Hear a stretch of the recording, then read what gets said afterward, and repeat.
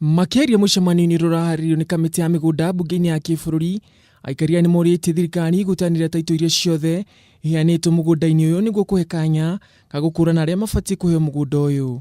Walikuwa wanataka kucreate njia ya kupora hizi ardhi, wakatengeneza kitu inaitwa land transfer program. Mũmbunge wa gĩcigo gĩkĩ Michael Kingi augĩte rũhonge rwa ADC rũkoretwo rũkĩendia mũgũnda ũyũ mũgarũ wa watho na kũũria honge cia kũhũrana ungumania gũkũ bũrũri-inĩ gũthuthuria na arĩa mekũnyitikana magĩtabania ciĩko ici maikio ngono. Wale ile lapras inatajwa kwamba ina ardhi ile kule, iliandikia National Land Commission ikitaka clearance ili waweze kuweka ukuta pale, na National Land Commission mliclear hao watu waende kuweka ukuta pale. Sasa hapa mnaandikia wakazi wa Sabaki kwamba that is a public land, nobody should go there. Halafu nyinyi tena mnarudi mnaandikia watu private kwamba waendelee na mjengo pale.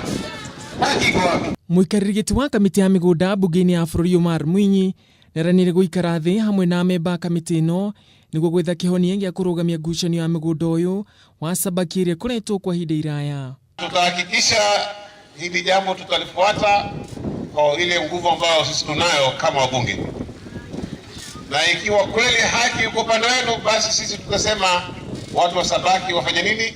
Wapewe haki yao. Gũkĩrĩ ũguo Aikari a itũra rĩrĩ nĩmorĩtie memba kamĩtĩ ĩno gũtigĩrĩra nĩmacokerio mĩgũnda yao kuona makoretwo magĩthĩnĩka kwa ihinda iraya. Handũ-inĩ ha Kameme TV, gĩtagwo Ngugi wa Gatua.